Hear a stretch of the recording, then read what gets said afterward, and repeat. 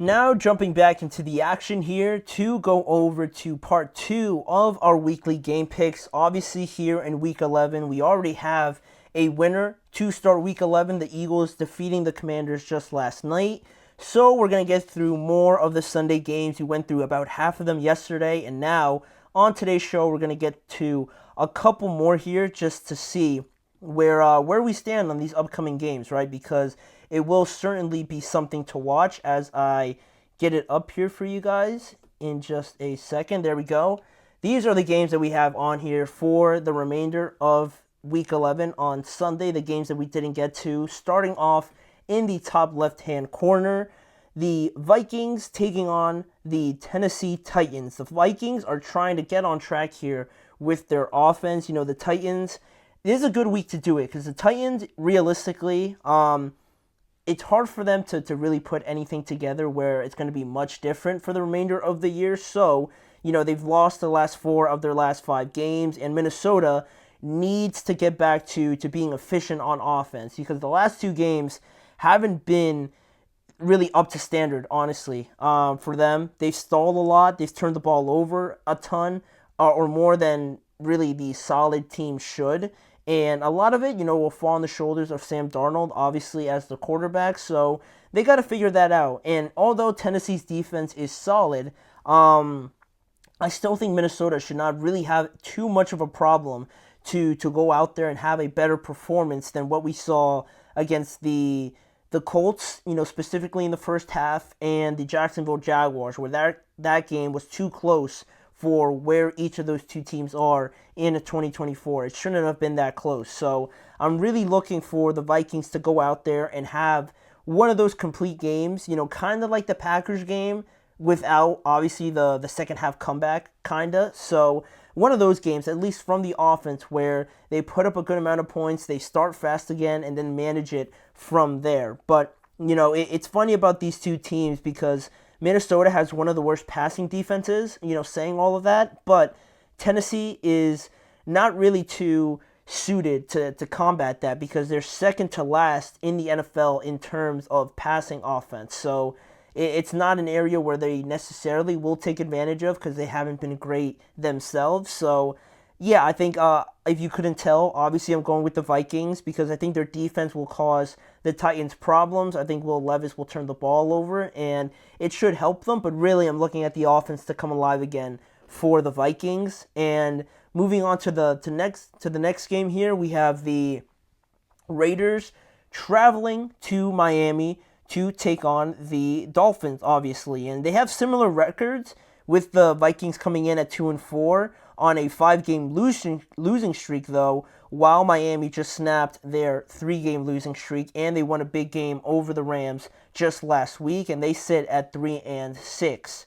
Similar records, but very different sensations that we're getting from both of these two teams. And, you know, Miami's defense, I can't say enough about them and how well they played and just how awesome, you know, their performance was to shut down the Rams offense and, you know, get the pressure on Matthew Stafford, make him uncomfortable all night, not really let Kyren Williams get going. And even though they might have given up some yards at certain points of the games, they didn't allow a touchdown in that game either. So I thought that was a great performance from obviously their players, but their defensive coordinator, Anthony Weaver, for coming up with an amazing game plan in this matchup against the Rams. And now with the Raiders coming into town, they're going to start Gardner Minshew again, which he's had some turnover problems, so it should play more into the Dolphins' favor as well. And the Raiders' defense also has allowed the 3rd most points on average per game in the NFL so far, and their offense is one of the worst in the NFL in terms of running the ball, or they're actually the worst team in the NFL when it comes to running the ball. So those two things don't really mix. You know, if you can't really run the ball, it means you're coming off of the field too quickly. Your offense isn't on the field long enough to give that defense a rest, and then once they're tired, the game starts to get away from you a little bit. So with all the track speed that the Dolphins have and how much the Raiders are probably going to be running on defense, even more than usual, I don't think it's a good recipe for for the Raiders. So I'm going to go with the Dolphins here. I think their defense is just going to build on it, and Gardner Minshew may struggle yet again in this game with the Raiders. So now we move on to the third game, and this one's a bit more of a challenge to decide because both of these teams, one, are coming off of pretty bad losses. The Broncos must be feeling pretty sick about losing to the Chiefs and potentially giving them their first loss, and the way that they lost that game was pretty disheartening, if I'm being honest. They should have won that game. But, I guess the moral victory for some people was the fact that they were close. If you accept moral victories, I'm sure the Broncos don't and Sean Payton doesn't. But, it is what it is now. And, talking about bad losses, the Falcons just lost to the Saints for a couple of their own mistakes. But, the Saints also had to do a lot to even win by 3 points. So it's two teams that I think are better than the record might say. Definitely the Falcons on offense, but their defense is a little bit hit or miss. And the Broncos, same thing. They're on the other side though. Their defense is very good, but their offense is also a bit hit or miss with a rookie quarterback in Bo Nix. But the Falcons will face the Broncos, obviously. One of the best defenses in the NFL, just allowing 17.7 points per game. Fantastic for them. Even though the Broncos offense is a little bit hit or miss, still it has looked better. It's growing along with Bo Nix as well as we go through the season. So that's great to see. And it'll really come down to Atlanta's defense. Can they play better? Can they outplay a growing, a improving Broncos offense? They're in direct competition with one another, right? The Falcons are going to quite literally have to stop the Broncos offense. The Falcons defense has to step up, and those two parts of the ball are the most questionable for these teams, and they're in direct competition with one another. So that'll be really the determining point in this game. And to that point, I think Atlanta just has enough to edge out the Broncos here. I think Pat Surtain is going to be probably all over Drake London. Pause. He's gonna be blanketing him pretty much the entire game. So with that being the case, though, don't sleep on Darnell Mooney. I've been sleeping on him, but he has really stepped up over the last couple weeks. So he's been doing great. I think he's going to step up again and have a great performance. And the Falcons will just edge out here the Broncos in Week 11. Then we move on to the other side of the picture here. We have a divisional game, the second game between the Seahawks and the 49ers this year.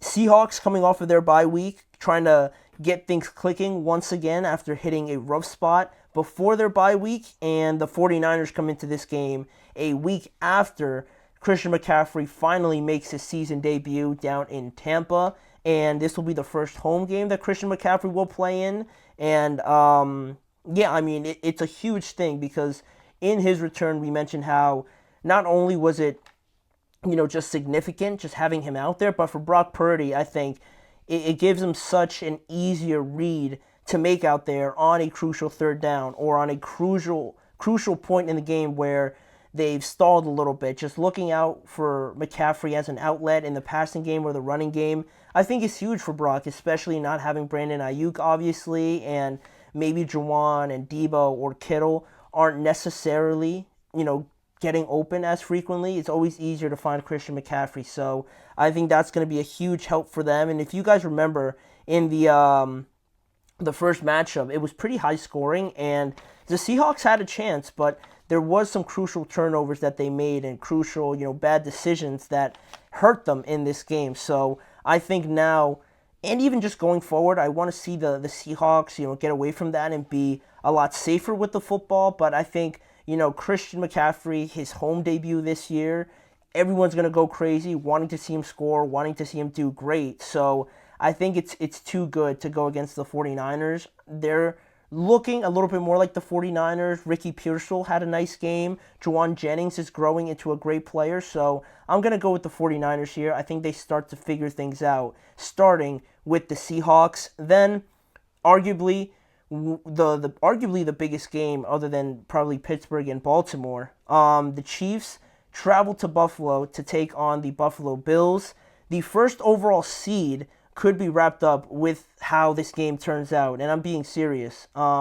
Because the Chiefs, after this, they don't have too many hard games. Honestly, I think the only really tough one is probably Pittsburgh and Houston, but both of those teams don't really fill me with the utmost confidence that they're going to just defeat the Chiefs just based on what we've seen from them. So in this game, it's going to be huge because Buffalo at home, I think they play better, and they're also coming off of, a little win streak here, but they are dealing with some injuries. Keon Coleman's already out. Dalton Kincaid, he didn't practice the last 2 days, so I'm not quite sure how much we will see of him or if he is going to be ruled out for Sunday. But they do expect Amari Cooper to come back, which is obviously huge at this point considering the other two. And, a win for Kansas City would put them 3 games ahead of Buffalo and Baltimore, who I think a lot of people have as the next best team, with 2 head-to-head victories over both of those 2 teams. So that's why, it sort of re-emphasizes why I think the first overall seed will be wrapped up, because those 2 teams are probably the closest ones, and, the 2 tiebreakers go in favor of the Chiefs. So the Bills really need this win if they want to have any hope of getting the number 1 seed and that bye week. It's going to be huge. But another piece of news that for the Chiefs is that their kicker, Harrison Butker, was placed on the IR. He is going to need knee surgery. I think it's an MCL injury, if I'm not mistaken. And, a kicker, you might be thinking, like, who cares? But Harrison Butker, has been huge for them over the last few weeks in these tight games. You need a reliable guy like that. So it could affect some of the decisions potentially on 4th down or a long field goal, maybe missing a couple if the backup just doesn't have it. Obviously, compared to Harrison Butker, it's not going to be the same. So that's something else to look out for. But I want to say the Bills. I think the Bills are capable, of being a good team, and with Josh Allen, anything's possible, right? But I can't bet against Patrick until I see somebody beat him. You know what I mean? Like, it's like I've seen, and I bet against Patrick too. I have been in favor of the other teams, thinking that this is their chance to win. But of course, Patrick Mahomes does always pull something out of where, and just they win games. They know how to win games. That's all they care about is winning games. They don't care how they do it, how it looks. Do you agree with it? It doesn't matter to them. And I think the Bills are a good team. I would like to see them win just to make it a little bit more interesting, but I think it's going to be Kansas City. Until I see someone beat them, and I guess convincingly, I'm not going to bet against them. So I'm going to go with the Chiefs here. And the last game on Sunday Night Football, we have the Bengals and the Los Angeles Chargers. The Chargers, with the top-ranked defense in the NFL, is facing their greatest challenge with a top-ranked offense in the Cincinnati Bengals, with Joe Burrow playing at an MVP level. Jamar Chase on the verge, kind of flirting with the Triple Crown, if you will. So this will definitely be their biggest challenge. And, I think Los Angeles is a good team. I think they will make the playoffs. But, their schedule hasn't been too challenging in the minds of a lot of people, and for me as well, because the toughest teams they've played have been Pittsburgh, Arizona, and Kansas City, and they've lost to all of them. And also the Broncos, I guess you could throw in there as a decent team, but they did beat them. But overall, they've lost to more of the good teams than have beaten them. And I'm not saying the Bengals are in that group because of their record, obviously. I don't care how good their offense is playing or how good Joe Burrow's playing. If their record is what it is, it's a whole team thing. The team itself isn't that good. So,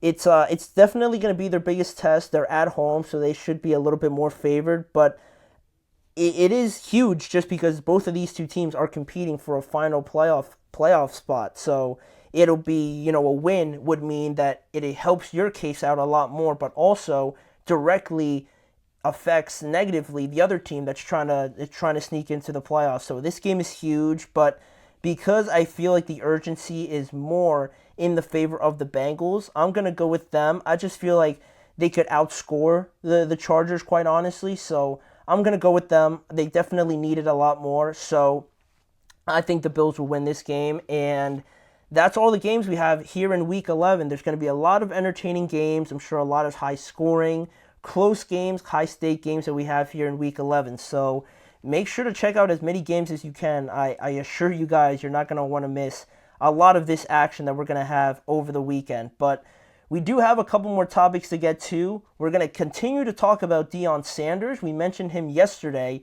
in regards to his son getting drafted. But could Deion tag along and also be drafted along with his son to whatever team ends up getting Shedeur Sanders? I'll explain what I mean by that and the rumors swirling around Deion and the NFL after our next break. You're listening to the GSMC Chip Shot Football Podcast.